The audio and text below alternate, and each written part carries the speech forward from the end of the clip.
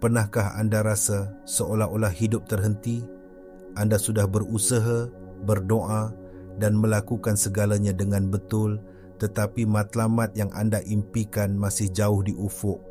Rakan-rakan anda nampaknya maju ke hadapan, mencapai kejayaan demi kejayaan, manakala anda terperangkap dalam satu musim penantian yang tidak berkesudahan. Rasa kecewa, ragu-ragu dan persoalan mula menghantui fikiran anda. Mengapa bukan saya? Bilakah giliran saya?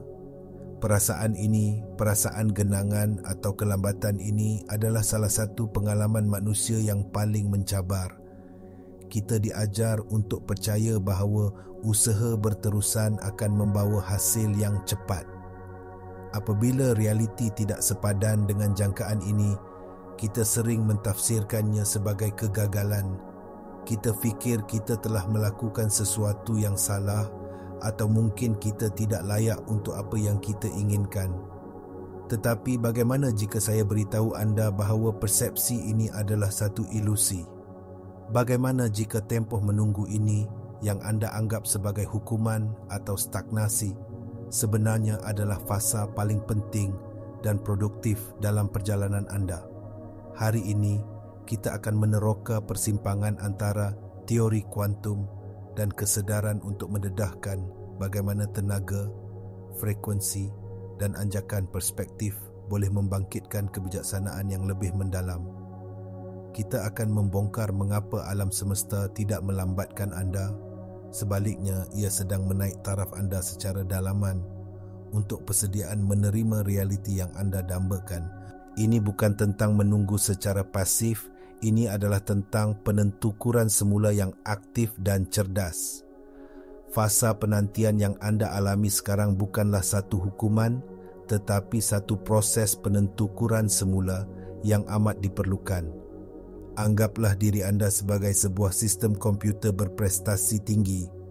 Sebelum anda boleh memasang dan menjalankan perisian baharu yang canggih, iaitu matlamat besar anda, sistem operasi dalaman anda perlu dikemaskini. Tempoh senyap ini adalah proses di mana sistem operasi anda, iaitu minda separa sedar, sistem saraf dan medan tenaga anda, sedang ditulis semula untuk mengendalikan tekanan dan tanggungjawab di peringkat seterusnya. Kerja-kerja dalaman yang tidak kelihatan ini sering disalahtaffsirkan sebagai kegagalan. Contohnya, penolakan daripada pekerjaan impian mungkin terasa seperti satu kekalahan. Namun dari perspektif yang lebih tinggi, ia mungkin satu lencongan ilahi. Alam semesta sedang melindungi anda, menahan anda sehingga anda benar-benar sejajar dengan peluang yang lebih sesuai dan mampan. Proses ini membina penguasaan emosi dan kebergantungan diri yang penting. Ia memaksa anda untuk mencari nilai dan keselamatan dari dalam, bukan dari pengesahan luaran.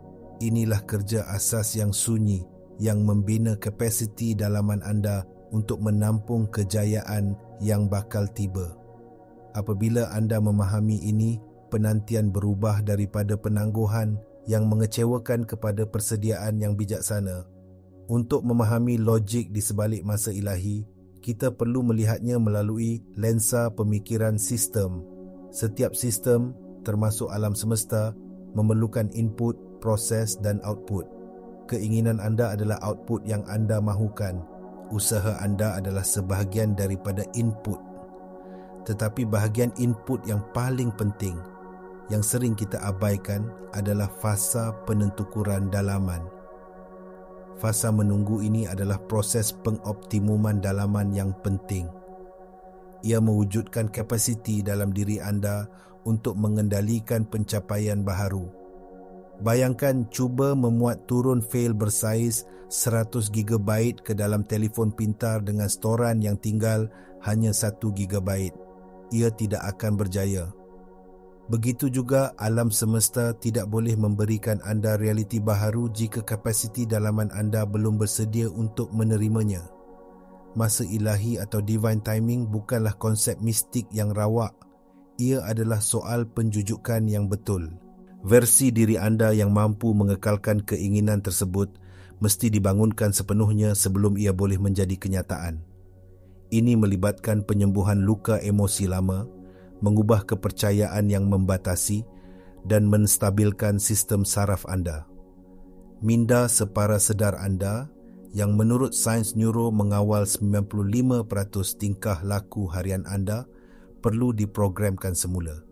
Ia perlu percaya bahawa anda selamat dan layak untuk menerima apa yang anda inginkan.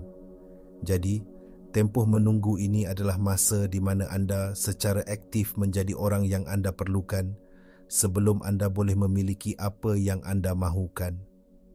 Salah satu penghalang terbesar kepada proses penentukuran semula ini adalah gangguan perbandingan. Apabila anda mula membandingkan garis masa anda dengan orang lain, anda secara tidak sedar memperkenalkan hingar atau noise ke dalam frekuensi tenaga anda yang unik. Dari sudut pandangan fizik kuantum, setiap individu bergetar pada frekuensi yang tersendiri. Frekuensi ini adalah gabungan pemikiran, kepercayaan dan emosi anda. Apabila anda berada dalam keadaan tulen dan sejajar, anda menghantar isyarat yang jelas kepada medan kuantum.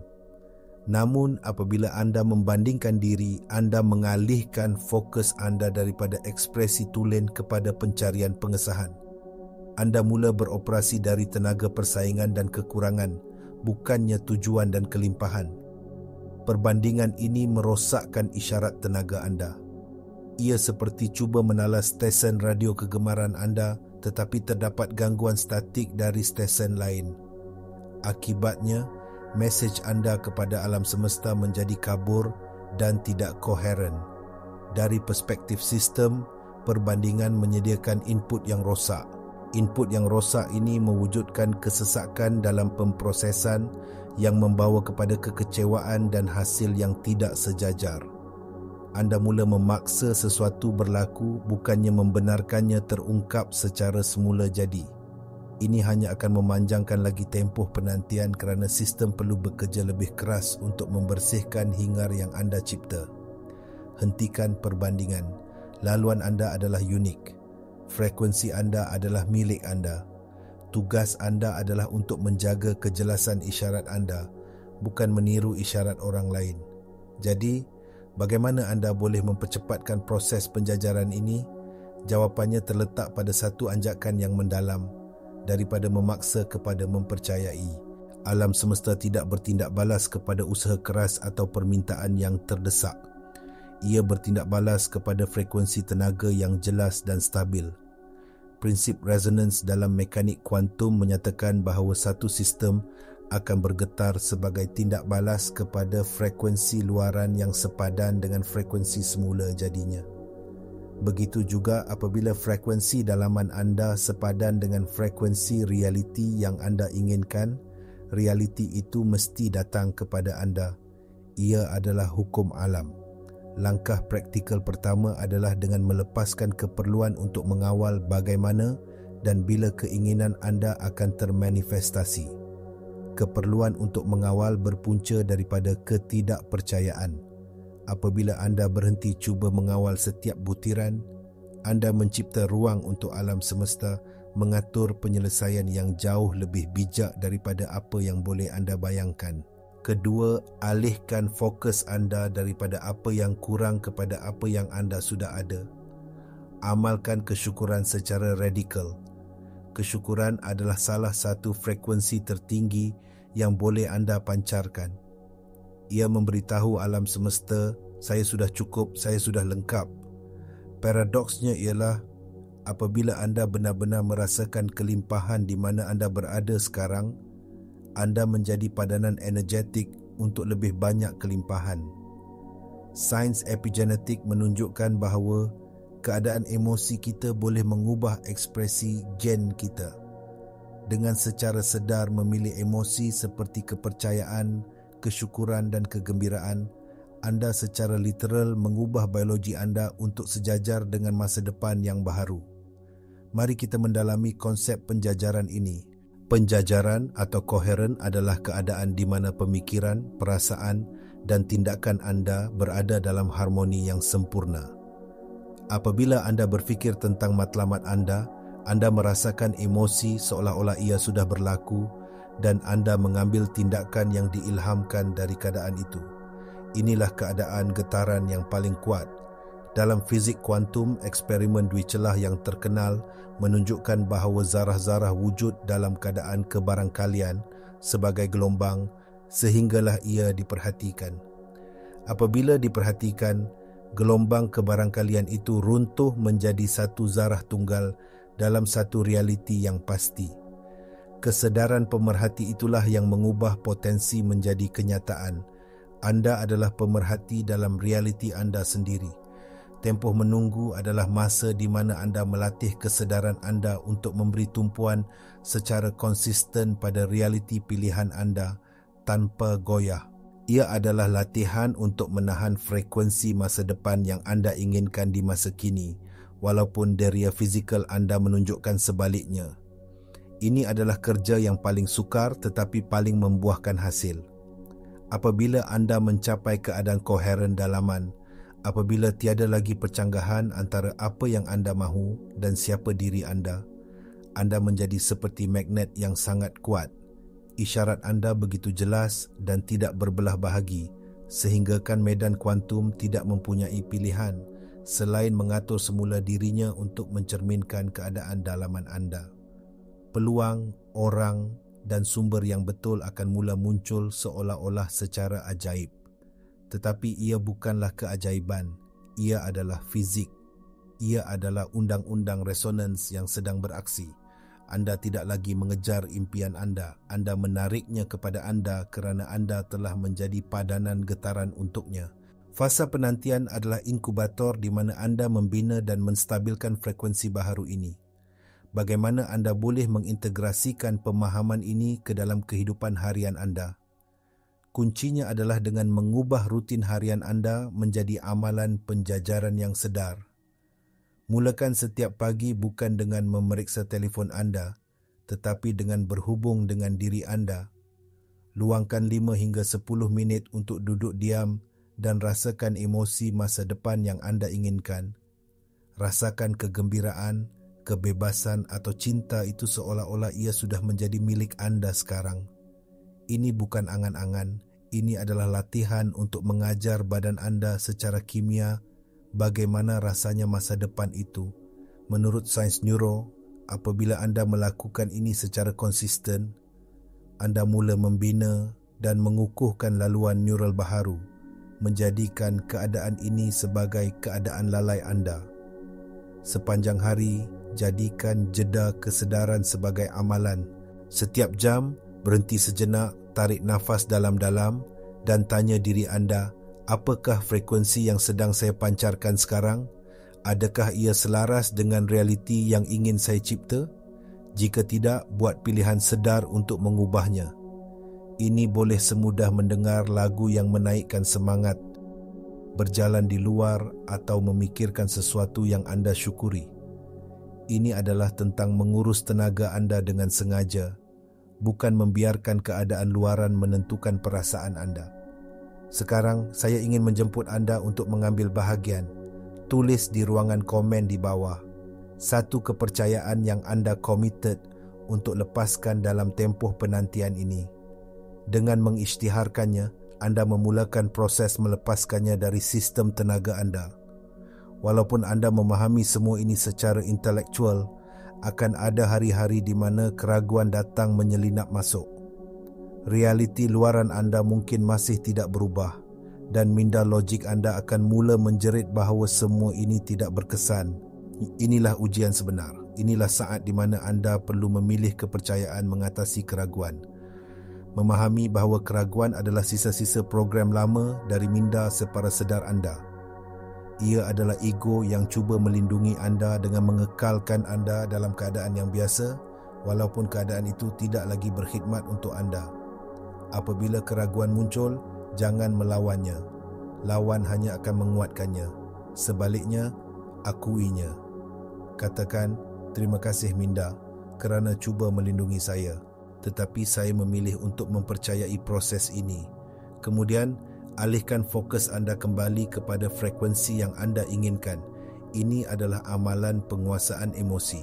Ingat, Ajaran kerohanian kuno dan teks suci di seluruh dunia, dari Vedanta hingga Al-Quran, semuanya menekankan kepentingan iman, kepercayaan terhadap apa yang tidak dapat dilihat. Ini bukan kepercayaan buta.